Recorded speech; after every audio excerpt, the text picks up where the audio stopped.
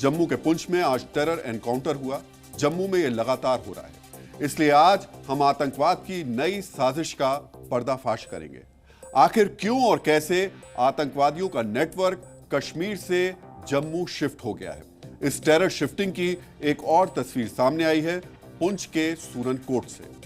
पिछले एक हफ्ते के अंदर यह जम्मू में दूसरा एनकाउंटर है। इससे पहले 11 और 12 मार्च को किश्तवाड़ के छतरू इलाके में सुरक्षा बलों और आतंकवादियों के बीच मुठभेड़ हुई थी, जिसमें 3 आतंकवादी मारे गए थे और भारी मात्रा में गोला बारूद बरामद किया गया था। और अब सूरनकोट के लसाना में जवान लगातार ऑपरेशन चला रहे हैं।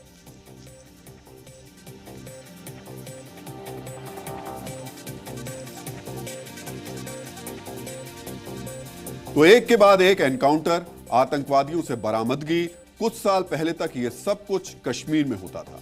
कश्मीर में अब अमन है, लेकिन जम्मू में आतंक का संक्रमण लगातार बढ़ रहा है। तकरीबन 3 साल पहले एलओसी के नजदीक राजौरी और पुंछ में लगातार आतंकवादियों की मौजूदगी दर्ज की गई थी। फिर डोडा, किश्तवाड़, रामबन और रियासी में टेरर अटैक और एनकाउंटर हुए और आगे जाकर आतंकवादियों की मौजूदगी कठुआ, सांबा, उधमपुर तक देखी गई। जानकारों के मुताबिक आतंकवादियों के गुटों की इस बदली रणनीति की 2 बड़ी वजह हैं, जिसमें पहली है कश्मीर में मौजूद काउंटर टेरर सिस्टम, जो घुसपैठ रोकने और आतंकवादियों के खात्मे में कामयाब रही है। और दूसरी वजह है जम्मू में एलओसी के नजदीक वो भौगोलिक जो परिस्थितियां जो घुसपैठ के लिए लगातार जगह दे रही हैं। अब बहुत सारे नाले हैं जो डूडू, बसंतगढ़, डोडा, उन पहाड़ों से आते हैं और उन नालों का ट्रैक लेकर ये कोशिश करते हैं किसी तरीके से डोडा के पहाड़ी इलाके में, किश्तवाड़ के इलाके में पहुंचा जाए। तो मैं समझता हूं उनका इस्तेमाल करते हैं। जो आज लोग ऑफिसर्स हैं वो इस पर जरूर काम कर रहे होंगे। मुझे उम्मीद है उनको कामयाबी मिलेगी।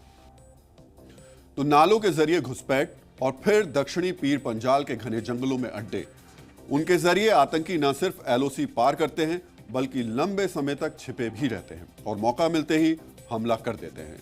इन्हीं चुनौतियों से निपटने के लिए सुरक्षा बलों ने जम्मू के लिहाज से अपनी रणनीति और एक्शन में बदलाव किए हैं। इस कार्रवाई का एक बड़ा फोकस उन ओवरग्राउंड वर्कर्स पर है जो आतंकवादियों की मदद करते हैं।